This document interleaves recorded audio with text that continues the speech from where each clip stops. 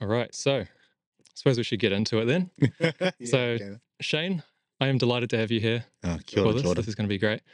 I was going to say welcome to the show, but more importantly, I should say thank you for welcoming me onto your neck of the woods. So, Oh, no, beautiful location to have an interview and a bit of time together. So it works well, doesn't it? yeah, yeah. So, I guess first of all, where are we? So we're sitting on Urupukapuka Bay, which is on Urupukapuka Island. That's one of the 7 islands in Ipipiti, which is in the middle of the Bay of Islands. This is part of our Project Island Song Sanctuary. Cool. So yeah, Yeah. brilliant location this morning So, Epipidity, that's the today I name for. for the Uh, entire this area, which some people can interpret it to mean sheltered waters. yep. But there are other interpretations for it as well. But it's from the Island Project song, Project Island Song's point of view, it is sheltered waters, which generally means that as the ships came around the corner, these islands created a buffer, Mhm. which then created a bit of safety for our trade ships and our sailing ships that came through. So Cool. hence the name of Piri. Yeah, Awesome. Bay of Islands, that's yeah, in yeah, Northland. yeah. Yep. Northland, Pewharangi, Tito Tokorau. Special location. This is what they regard as the birthplace of our nation. And very much so, even from a history point of view, this is definitely birthplace of our nation, is these islands in particular. Yeah. Yeah, Yeah, cool. We'll definitely get into that a little bit later on. yeah. Project Island Song. So Project Island Song is actually a joint venture. We have three partners, a partnership program. So we do have our Guardians of the Bay of Islands, which is a community charity group. We have our local tribal groups, two groups, two hapus, which is Ngāti Kota and Patukiha, as well as, of course, we have the Department of Conservation, which is the land that we're sitting on now. They help manage these or some of these islands. It's a mixture of private and public ownership on these islands. So we had to have that partnership going as well. That's and it's worked very, very well at this point.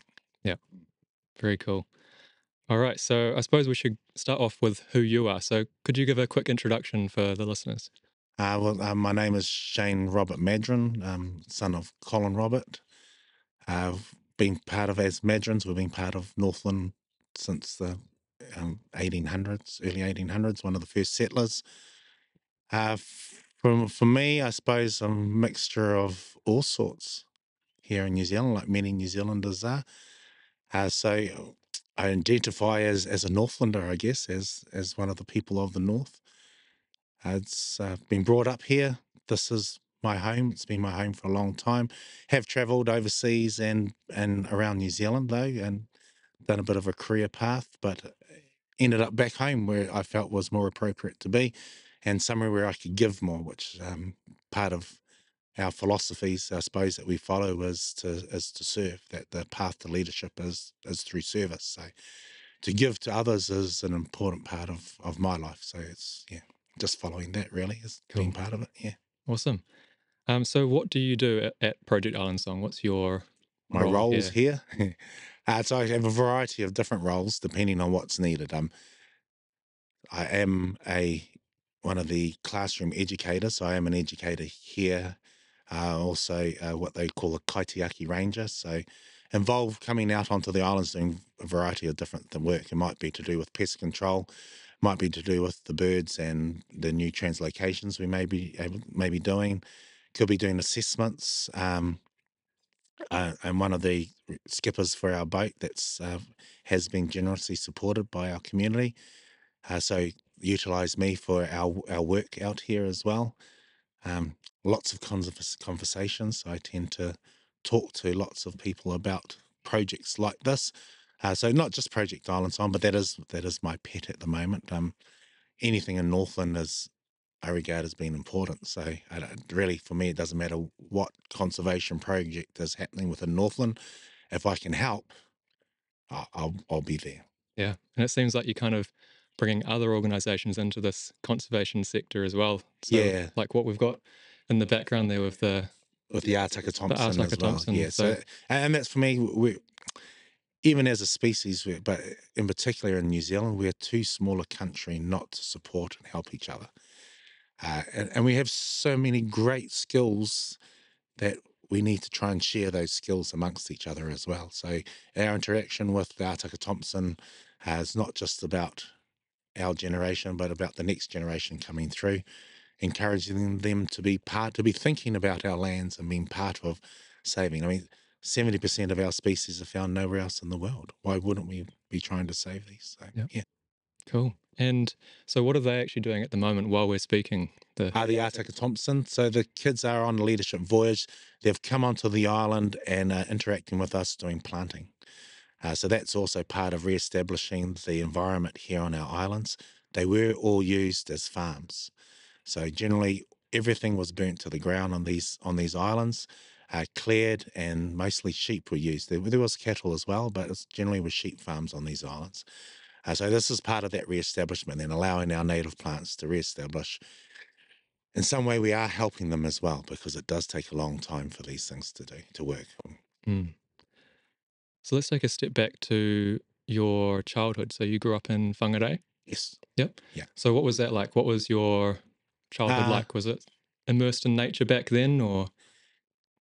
our academics, I mean, schooling was incredibly important for our family. Yeah. So that was always a priority. But my father, which brought up in this environment on this coast for his whole life, was very much a hunting and fishing, gathering person. So you spent every weekend out either in the bush somewhere or out on the one of the many beautiful beaches that we have in Northland, Yeah. gathering and collecting fish and seafood. So that was a big part of my upbringing.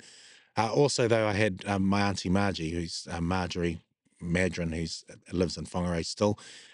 She's done conservation since she was born, Yeah. and so supporting her with her conservation projects was also a big part of our lives.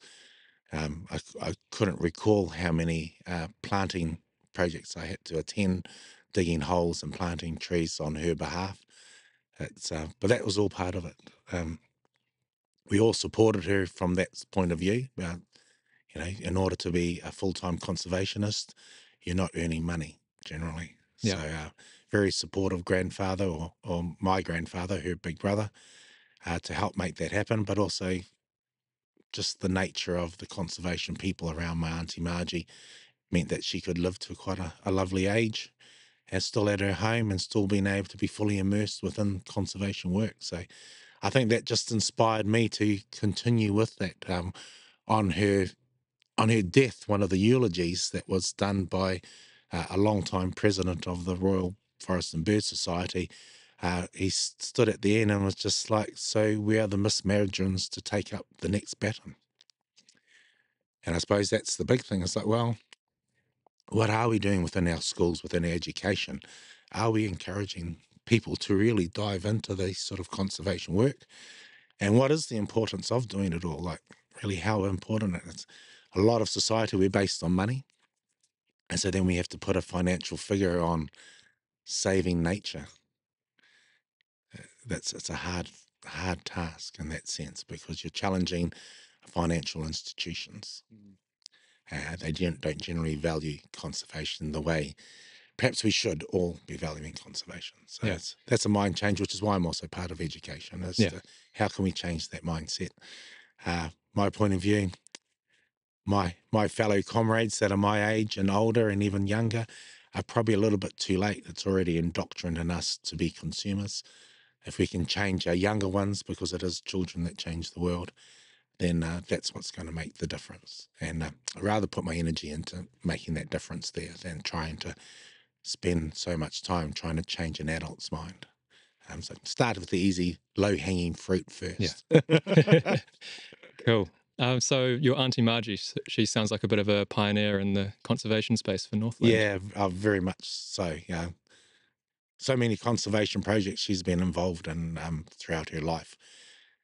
She passed in 2009, but up until then, her awards, what she's been part of, the Limestone Island, she was part of the saving of the Waipoa Forest in the 1950s. She planted the Pahutakawa trees along Riverside Drive, which was her beginning of what became Project Crimson in the 1990s.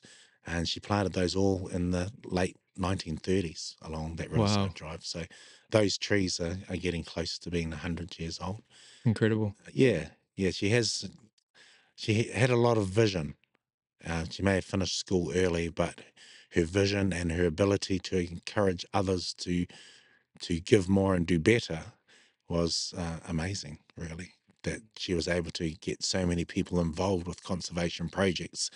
One of the eulogies that she had was from one of our ex-mayors of Whangarei, Cheryl Mai, and she said, our office feared her coming in because we knew we couldn't do anything about it. She would sit and wait until the person she came to see had time to see her, and she would sit all day.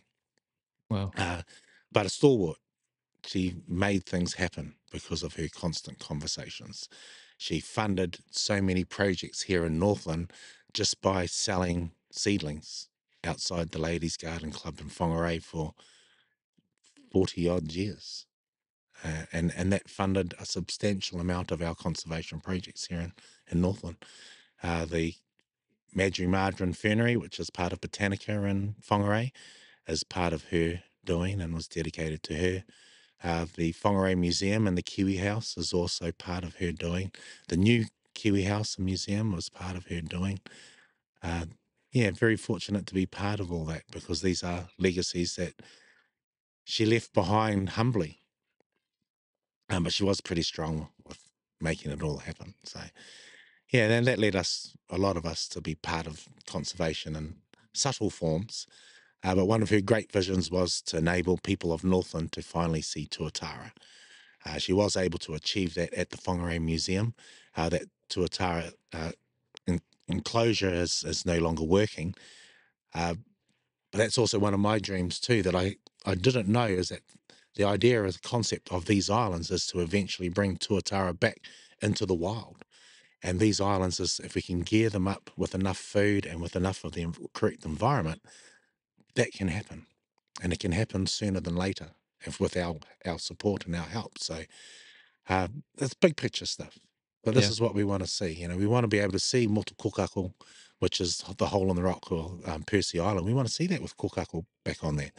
A lot of work involved, though, in order for those sort of things to happen. So being part of saving some of the 70% species found nowhere else in the world and being part of keeping them and treating them like a treasure for our future generations, I think what a great way to spend your time. Yeah.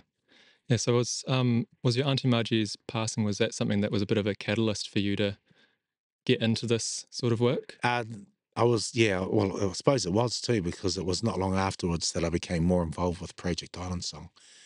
Uh, yeah, it would have been actually. As she was slowly, she was spending more and more time in bed at home. So I was starting to visit her more at home and just tell her about what's happening. More often than not, you end up having to go and find a spade to go and plant a tree somewhere else for someone on her behalf. But that was all right. Yeah. That was what it was all about. Uh, Being part of these type of projects, though, is about the next generations and the next generations. I mean, 6 children and 7 grandchildren already for myself. I already know that's, you know, 2 generations on. I need to make sure that what they see around them is normal.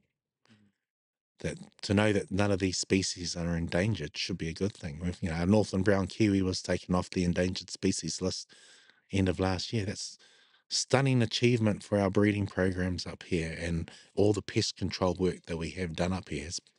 It's been successful. You know, it should be a pat on the back for everyone. Still a long way to go, of course, but we do have to celebrate our small achievements as we go along. And that's what encourages others to be part of this as well, as those celebrations. Yeah. So long way to go, but lots of celebrating that we need to be doing with each milestone that we achieve. So it's yeah. So lots of win-wins for us. Cool. Yeah. And have you been a bit of a role model to your kids and grandkids to get into the conservation space? They all do Yeah. come and help out with planting, and uh, most of my close family have come with me out and volunteered on the islands for doing weed clearing and doing planting as well. Yes, but they're all busy as well. But definitely they they're not as they're not a consumer as much as they probably could have been. Yeah. They're but a lot more thoughtful about the way they do things. I would hope that they're more careful about the way that they use food, packaging, all that sort of thing that adds to the challenges of our society now. Waste is just massive. So hard to get around that, isn't it? Oh, and when you go to other small developing countries and you see the damage that is happening because they're consuming just like how we are, uh, you realize something has to change. And we need to give somewhere. But yeah, Yeah.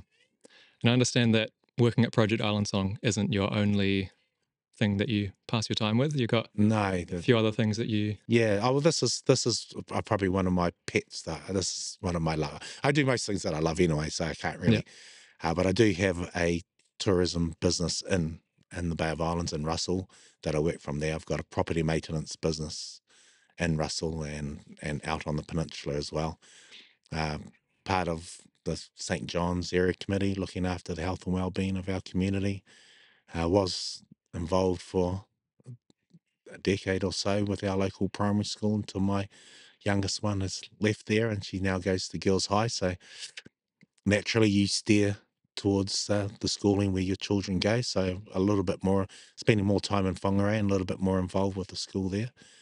Uh, so I would like to think that they are, but I know that from schooling and from and generally in life, money isn't really important. So it is up to them to find their own balance. I can only just sort of put opportunities out there for them, and they work out what is the best fit for them. Hopefully, more take on conservation work, or at least have it involved, Yeah. be part of it.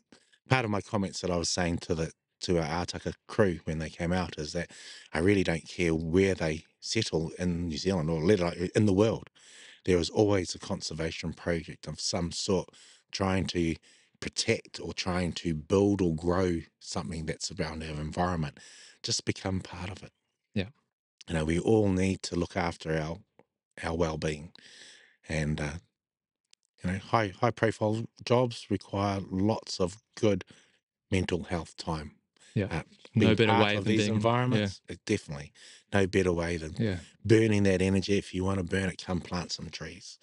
If you want to burn it, come pull out some weeds. If you want to feel like you're achieving or restoring or giving something, best place to do it is in conservation work around. There's so many different community projects happening. Yeah. Pick any part of our country, there's bound to be a conservation project or something being saved somewhere. So if you don't know what to do, go do that. Hmm. Cool. Awesome. Shall we get deep into Project Island Song Yeah, itself now? yeah. Um, so could you kind of walk us through the different islands, kind of, even if you could kind of point around whereabouts For they us, are compared so to this where we're is sitting? the Urupukapuka Island, which is the largest of the 7 islands. Directly off around the corner there is Purupuru, one of the smaller ones of them. But that is at the entrance of Otahe Bay, which is the ferry destination. So if you do want to come and visit our islands, there are ferries that come from Pai here in Russell that come out here more during summertime. They're reasonably cheap. They're not cheap, but they're reasonably cheap. They're Yep. okay. And you get to experience to come out here. So that's two of the islands. You've got Motari here, or the Island of the Beloved, or today we would call it Robertson Island. That's probably the closest island to the Russell Peninsula. Motorua Island, which is the island of caves. This is probably one of the most significant islands now in New Zealand. Um, Historically, that's our French arrivals, our French connection, Marion Dufresne in 1772. It's also the oldest, from a physical point of view. This is the site of some of the first Polynesians arriving here in New Zealand. So that's Motorua Island. Uh, Across from there, you have Waiwaitoria or Waitoria, and you also have Motokiki, two beautiful islands. And then you have Okahu, which is out a little bit further. That's probably the furthest out island in the Bay of Islands. All seven are very close together. Yes, there is 144 islets or islands here in the Bay of Islands, but these are probably some of the largest ones. There's about probably only 12 that are actually true inhabitable islands. The rest are very, very small. Uh, but these islands have been occupied for hundreds and hundreds of years. And so we do find koiwi or old bones, old human remains here that we take care of and look after.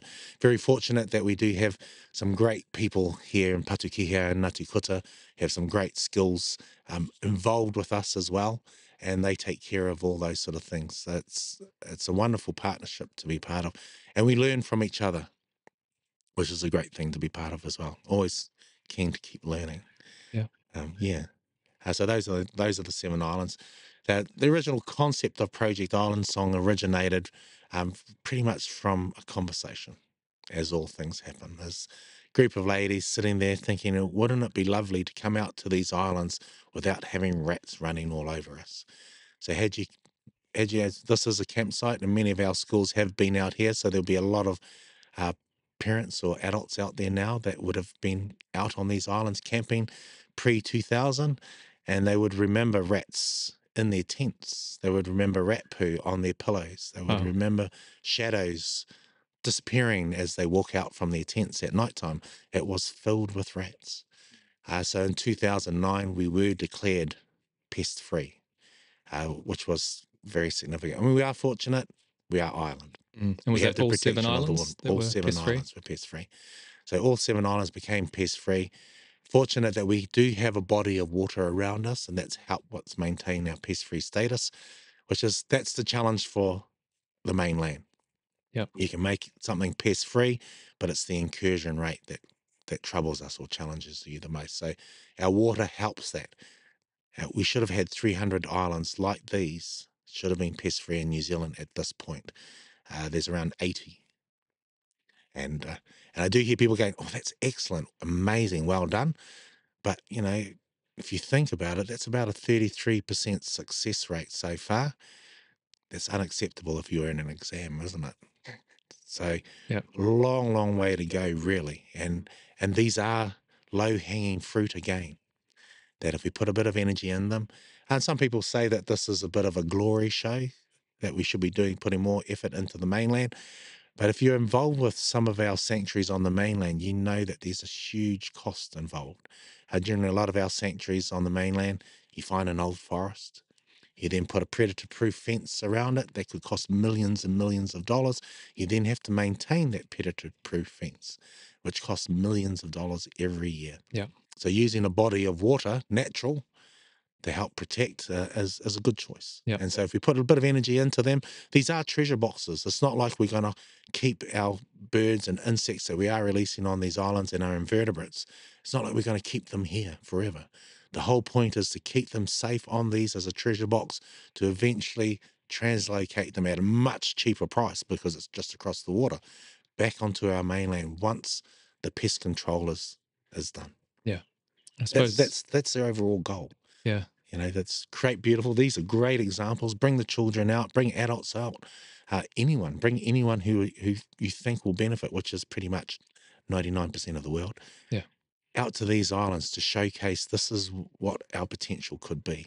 What can you do? They're a great place to have conversations, and what can they do to help with these type of projects? Might not be this one again, might be one closer to their home, but we can showcase the difference. So we do that. So even for North Tech, some of our North Tech students are in programs where they go out into pest infested areas. So what better way than to bring them here to these islands where we can say, look, this is what happens when it's pest free. This is what your goal is going to be. Give them a tangible target for them to be looking at, to go, well, we are going to make a difference. Because if you have been out in the bush and you have done pest control, you know it can be quite overwhelming. A lot of work goes into it. Physically, it is quite demanding. And sometimes you can't see the trees through the forest. And so providing them with these sort of uh, options or these opportunities to come out and see what pest-free means, I think is a beneficial thing. We should do it more often around the country. So yeah. Cool. On the Project Island Song map, there's 8 different historic sites that are shown on there. Is there one in particular that stands out to you as a Yeah, really or in interesting all of them. on all the islands? All of them. Yeah.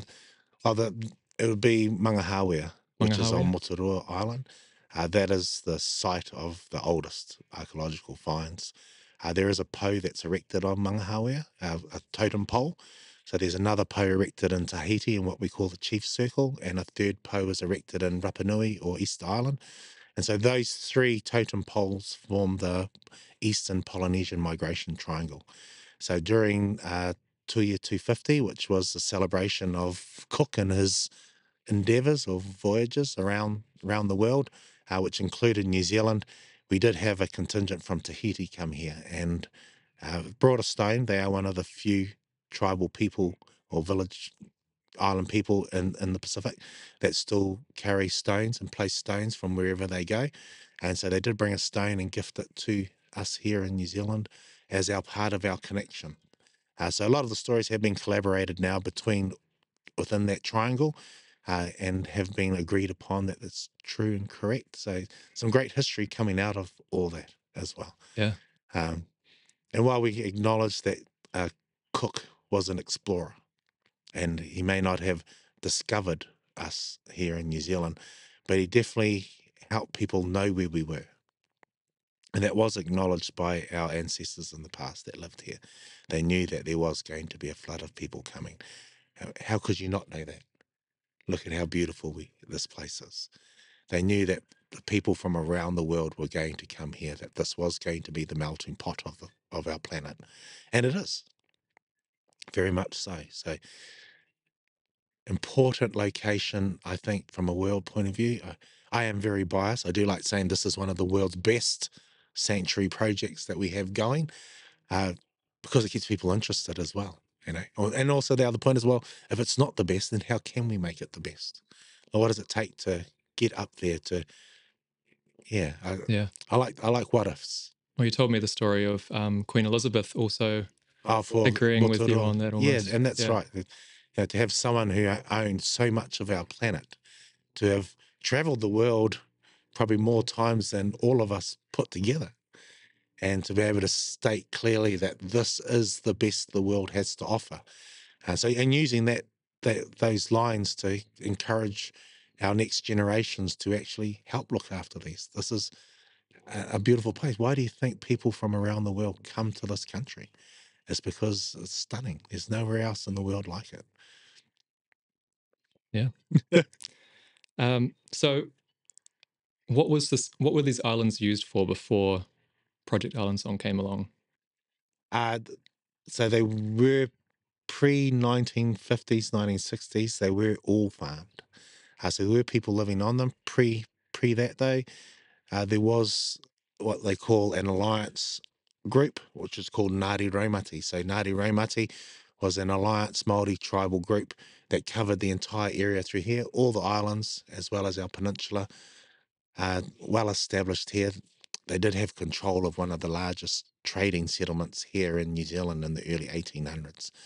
Uh, the the chief that was the paramount chief of the area was also the man responsible for our first written language. Yeah, he spent 4 years over in Cambridge University, 1816 to 1820, developed the written Māori language. So again, very important. A lot of incredibly clever people were part of the Bay of Islands, which is what made it one of the greatest trading ports. Uh, Nothing happened in here without the consent of chiefs. So, contrary to what a lot of people's beliefs here, that people were overrun here, a lot of strength was up here, and solely trade. Trade was massive up here, which is another reason why a lot of these lands and islands were cleared. Potato plantations on these islands, they were generally not the crop for local people to be eating. They were generally because they were a trade crop for our ships, trade ships. Potatoes travel better than kumara, our sweet potato. So grow lots of potato and use it as trade crop. Well, one of the reasons why is because of the amount of food that was grown here is why the trade ships used to come in here to replenish their stocks. Good water supply and stunning food supply here. Uh, so big reason. So within food supply, you had to have lots and lots of different gardens around the areas producing all sorts of things. So this was one of the first major agricultural areas here in New Zealand. Mm, Wow. yeah. Okay. And so when did Project Island Song come along, and when was this whole new Established. vision? As it was around 2007 that the partnership really started to gel and form, and that had to happen because you definitely needed Doc's support and strength behind the project in the beginning. Um, they did have all that resources that are around, and were able to provide the products necessary to be able to cleanse all of the land. So we did use 1080, which was controversial at the time. We did drop 1080 down on all these islands, and they were declared pest free in 2009. So it did work. Uh, the advantage is that we are translocating birds and insect life back onto these islands to help replenish the stocks that may have been hurt with the 1080 drop. Um, Pretty confident that has gone all very, very well. But this is what we've been able to maintain that pest-free status since 2009, which has been an incredible effort for initially a group of volunteers with the supporting with other partners around us. So, Yeah.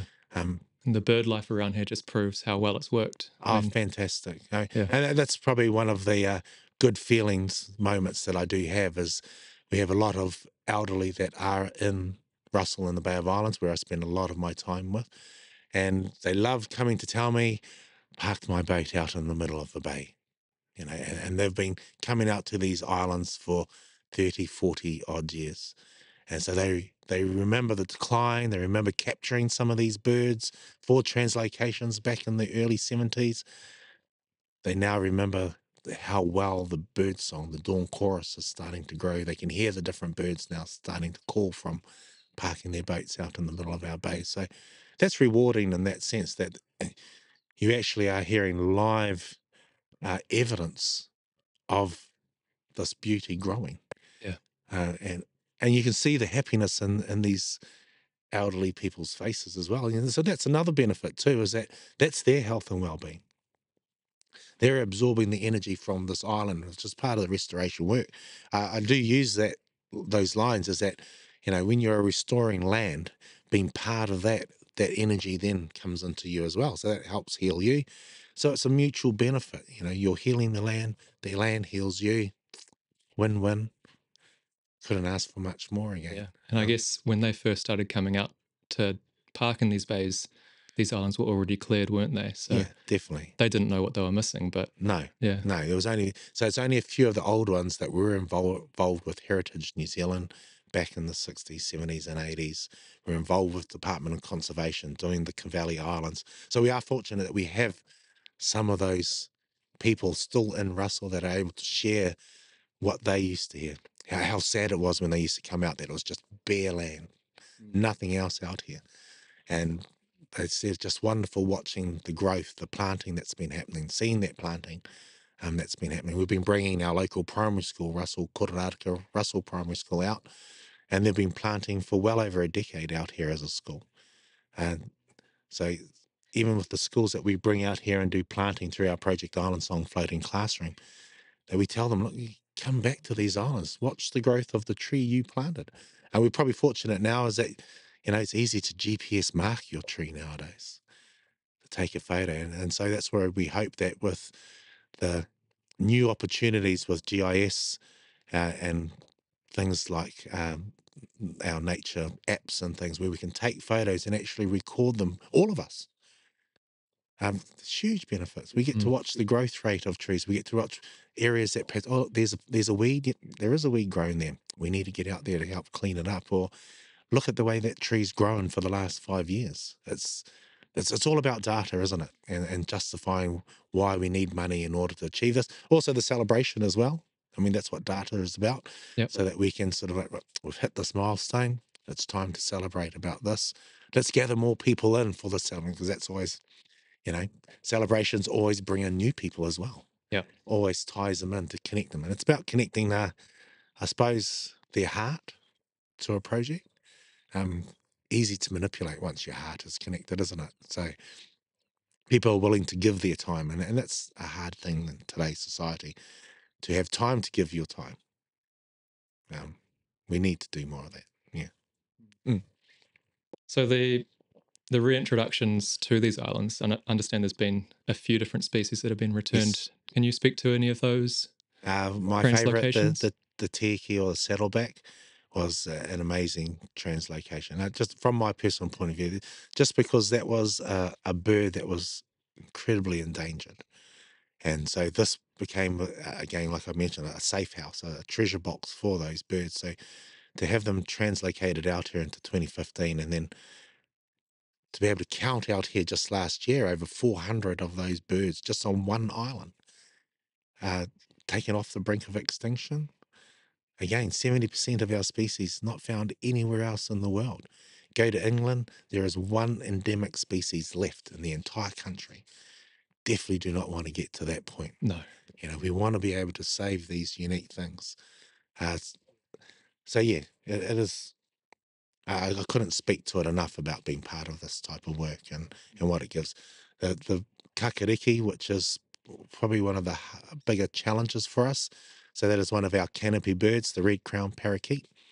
Kakariki, a lot of people will recognise. Kakariki means green, they will say. And it goes, well, no, kakariki actually is reference to the little green parakeet. Kakariki does mean kaka, our large parrot, and riki meaning little. So it's a little parrot. But a lot of people refer to, and that's about language as well, I suppose, is getting a better idea about kowhai doesn't mean yellow. It's in reference to the yellow flowers of the kowhai tree.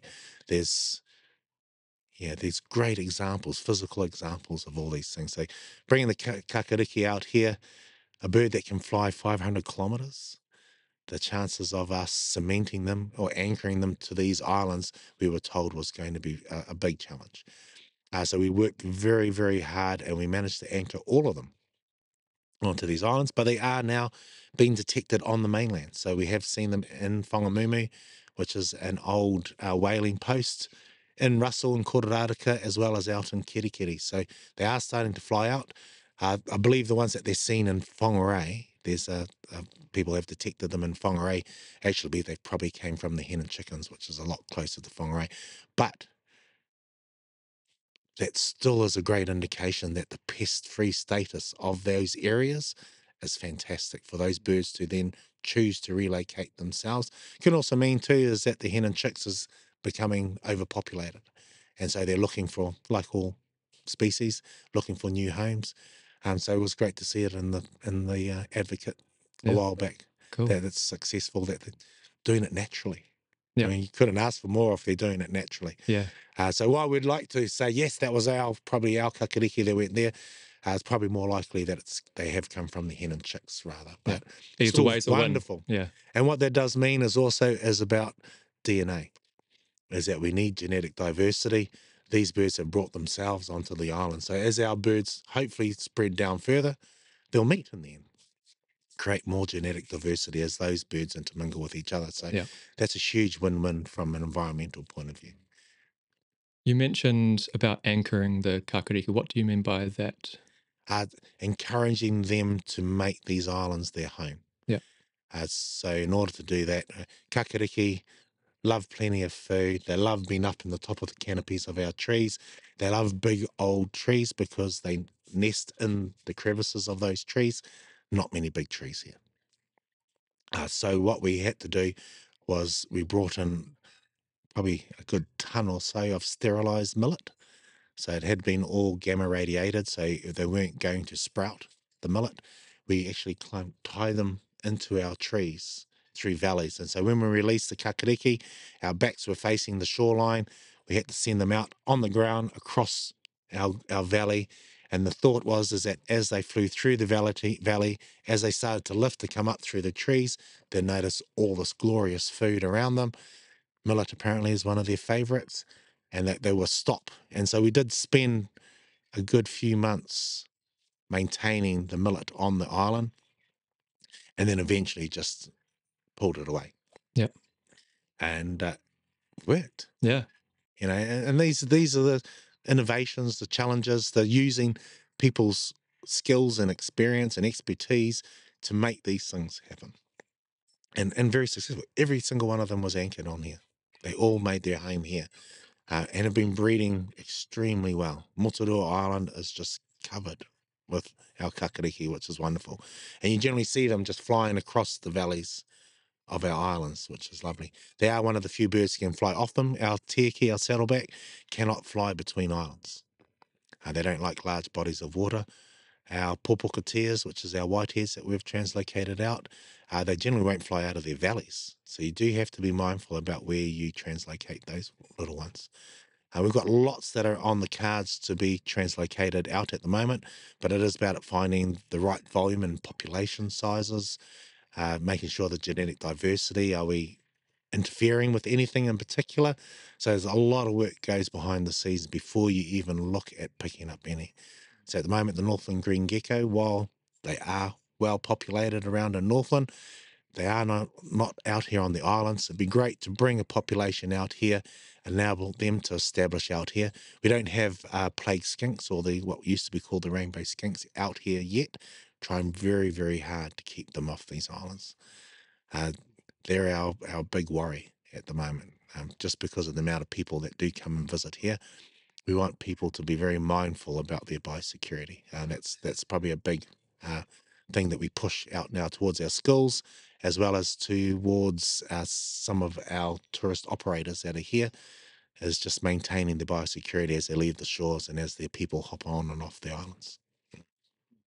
Speaking on the genetic diversity with the Tiaki Yep. saddleback, do you have to do translocations between the 7 islands, or how many islands are the saddleback on, and do you have to So swap them the between? saddleback are on now, or so it'll be definitely they're on 6 of the islands.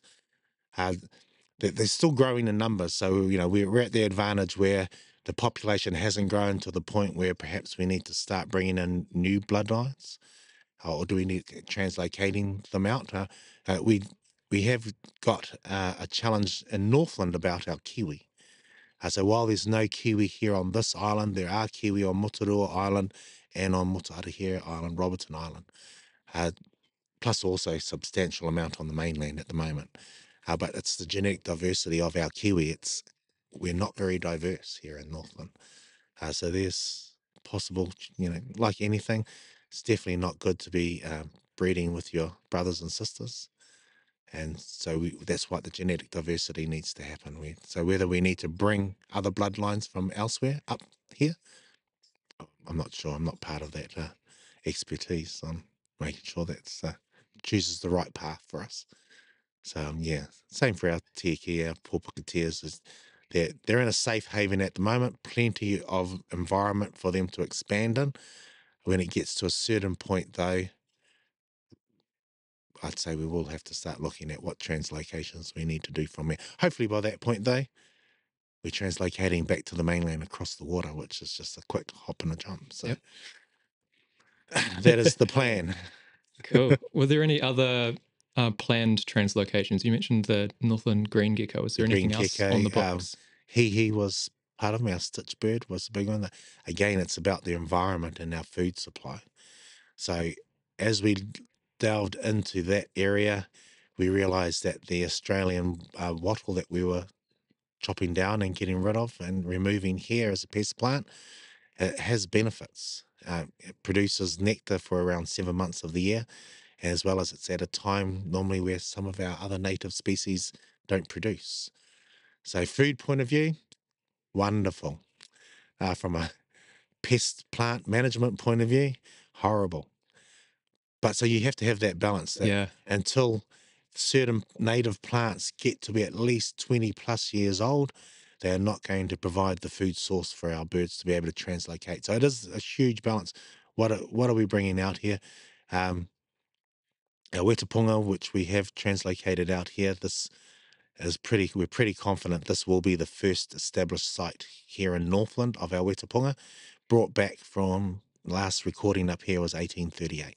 That specimen's still in the Auckland Museum. So we're pretty confident this will be the first established site here again in Northland, only the third established site in New Zealand. This was an insect that was all over Northland. That was gone. Similar, our fern bird, our matata, they at one time were the most common bird here in Northland in particular. They are now all pushed down to the fringes of swamps. So they were seen as being perhaps a swamp bird, but when you read old stories, perhaps they actually were right through the environment. That perhaps the introduction of our mammal species pushed them to where they are now. That if they're left to their own devices, which is why I would like to encourage them to be brought out here, what is the outcome when there is no pests to hinder their movement? Will they then come and reclaim all areas of environment rather than Yeah. just the specific environment which might have been chosen because it was safer? Yeah. It sounds similar to like Takahe and Kia. I mean, they weren't necessarily just alpine birds No, before. Yeah. they've been pushed to certain environments because of introductions normally. Yeah. Same for our korora, our beautiful little blue penguin, which is named why Kororarika is named that after that penguin. We're prolific through our Bay of Islands area, and cats and dogs on our shorelines definitely do not help with the breeding of these penguins. One, they're not going to come ashore if they can scent a dog on the shoreline, and we all go and walk our dogs on beaches. So it's again it's that balance. How do we support their growth, maintain their populations here so that at the moment I always in that belief that we have many things that are lost here in Northland, but they're not gone. Once they're gone, we can't bring them back. If something's lost, well, it just takes energy to find it and return it back here. Yeah. So at the moment we have lots that are lost. It just takes lots of energy. And there's not enough of us here in Northland putting our energy into this type of work. Well, across New Zealand, really, you probably will notice, and if you are involved with conservation work, you probably will note that a lot of the people that are around you as you do the conservation work are the same people that are in the next conservation group down the road, that are the same people that are at the next one that's down the road as well. And so we all tend to wear many hats. So it's about encouraging others to participate in this. Mental health is a huge conversation topic at the moment in New Zealand. If you are struggling in any way, go and help out. If you don't know what to do with your time, there's so much volunteer time that you can just give. And Mother Earth, Papatūānuku, will be grateful for your time and your help in this sort of work. So it won't go unnoticed, put it that way. That any bit of energy you put into helping restore Mother Earth and all her children, her birds, her insects, uh, is of huge benefit. You may not feel it personally, but the next generation will know that you have made a difference. So, yeah, very much a part of that philosophy that we can all give in some form or another. And if you are at that point where you don't know what to do with your life, go find a conservation group to join. They'll give you a spade and find you things to go and do. So, yeah, big thing to do. So we've talked about the translocations, Yeah, but obviously the first step is kind of restoring the islands. So what kind yes. of work has gone into the forests that were lost? It's, the biggest one is about food source. So it's picking the right trees that will provide the right food source. Uh, uh, Marion Dufresne, or his botanist Deville in particular, that was on the French first exploration ships, did a fantastic study of the botany, the flora and fauna that are on these islands. So great example that we can go back to and say, well, what was here? But there are several different mindsets as well as that we could bring rare plants that are struggling elsewhere in New Zealand. We could bring them here. They might not originally have come from here, but we can bring them here for safekeeping. So it's always great conversations between purists and conservationists.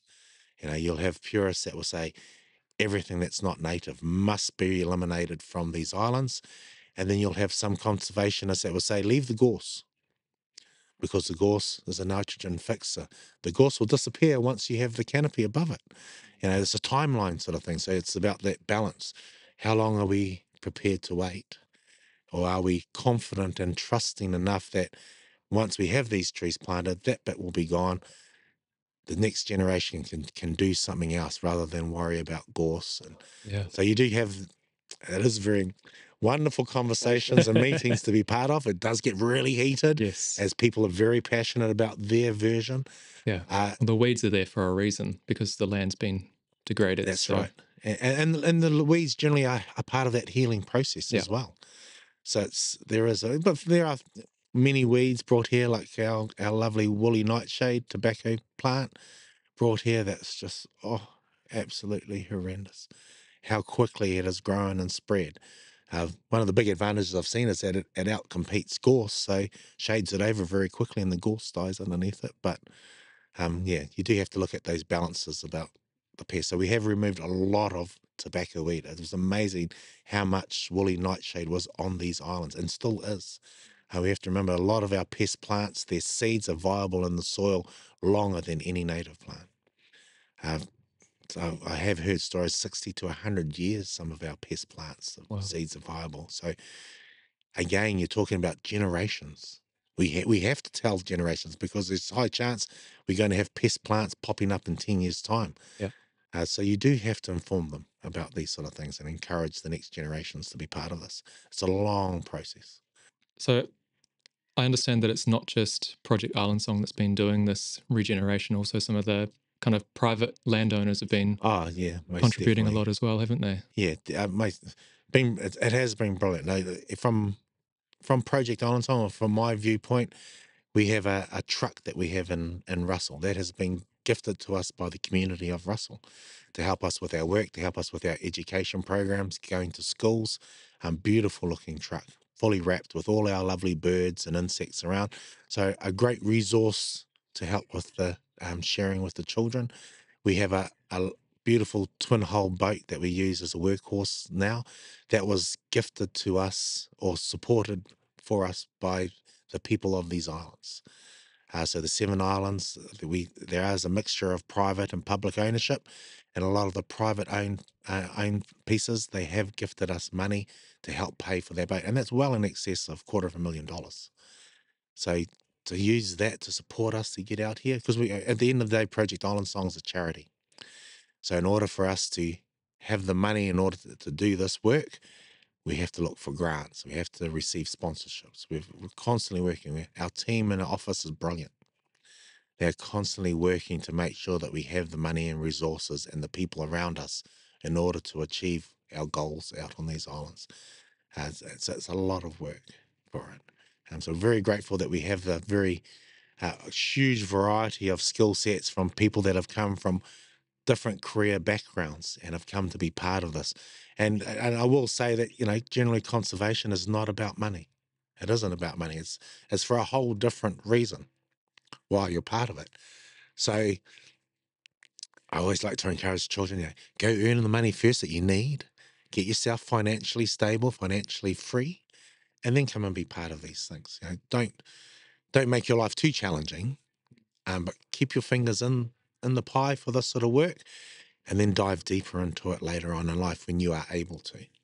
Uh, if you have the courage that you can jump right into it from a young age and just be part of it from the word go, like my auntie did, um, wonderful. Need more people like you, but that is a hard road to do as from a young person as you grow. And great examples around the world that you see now on TV. I don't have electricity, so I don't watch TV very often. So, um, yeah, there must be some fantastic things, examples of young people doing great work around the world, um, making things noticed. That's what we need. We need a voice for something that doesn't have a voice. Mm. Cool. You mentioned some of the birds that are making it back to the mainland, like the Kakariki. Yeah. So is there some sort of work that's going on those mainland areas, like Rafiti and Yeah. So Jobs for Nature, when that came through, that was a huge funding for a lot of the pest management area. So pretty much our entire peninsula or our entire Bay of Islands area, right around our islands, are being pest managed. There is funding that's involved. A lot of the people that are on our coastline are putting money towards pest management as well. It's been huge benefits, and we are noticing it a lot. Uh, the people that are involved from Te Rawhiti in particular are also looking after pest management on that part of the mainland as well. It's a lot of coordinated work, I suppose you could say. We have a number of uh, pest control contractors live in Russell as well, so that they don't work in Russell full time themselves. They go out around the peninsulas and work out and around the peninsula. So huge amounts of work. Northland in general has been fortunate in that we have received a substantial amount of money through that Jobs for Nature. It has all actually finished. last Mm. month. Yeah. So we hope someone else takes up the baton to help maintain this, because it disappears so quickly. All this beautiful work that has happened over the last 3 years in regards to pest eradication could change within 6 months. Yep. It's all a feast waiting to be had by the. That's right, because everything's growing Yeah. beautifully. Yeah. All this young, lovely growth that's happened, uh, yeah, it's it's high risk, and it'd be such a shame to lose something that we've already started and have put so much energy into. So I need to come clean about something. It turns out that my trusty audio recorder, or should I say not so trusty audio recorder, stopped recording after 55 minutes. And I'm not 100% sure why it did this. And I didn't notice because I was so engrossed in the conversation with Shane.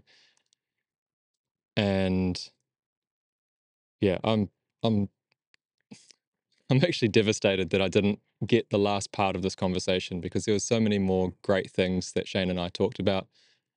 Uh, he got really deep into his whole philosophy behind why he is doing what he's doing, all about reaching out to that next generation and just showing them how beautiful nature is and why we need to protect it and all that good stuff. And none of it, none of it was recorded, because this thing switched itself off, and I didn't have the right things in place to notify me that it had switched itself off. Um, Specifically on that is after about 20 minutes into the interview, well, you can see I've got this earplug in my ear right here, and that is providing feedback from the microphones so that I can hear that the microphones are actually picking up sound. Now, during the interview, after about 20 minutes in, I thought to myself, hey, this audio sounds pretty good. There's nothing to worry about. So I took it out of my ear. And because it was out of my ear at 55 minutes, I didn't notice that it stopped producing sound because I wasn't listening to it. Um, yeah, I'm really disappointed. And I feel really bad. I know that let down, let down Shane, and I've let down the Project Island song, because they did put their trust in me to record this interview. And yeah, I guess I didn't quite follow through with the entire thing. We've lost the last part of it, but I sincerely hope that you gained a lot from the first 55 minutes of the interview. There was a lot shared in that time, so I hope that you've enjoyed listening to all of Shane's wonderful insights. And again, I'm just so sorry that it had to be cut so short. And yeah, I don't know what happened. I don't know why my audio recorder cut out, but I do know how to avoid it in the future. So there's no way that I'm going to be letting this happen again, because I feel terrible about it. So yeah, that's all. I guess the final thing that I should share is I should give an outro to Project Island Song. Shane was doing a great call out to new volunteers, people that want to become involved. He said that they're always looking for people to help out. If you like islands, if you like nature, and if you live in the area, please reach out to Project Island Song. Just go to their website. I'll put the website in the description of wherever this is posted. Just reach out to them and volunteer your time, because it'll be an awesome experience for you, and it will also be a huge help to Project Island Song, but also just a huge help to nature in general. And if you don't live in the Bay of Islands area, then of course just reach out to any other conservation organization nearby. They're all looking for extra hands. There is no shortage of volunteer time that is needed by these organizations. So yeah, just reach out, and you never know where it's going to lead you. All right. Sorry again that it had to end this way and not how I intended it to end. And Thank you for listening. All right. Bye.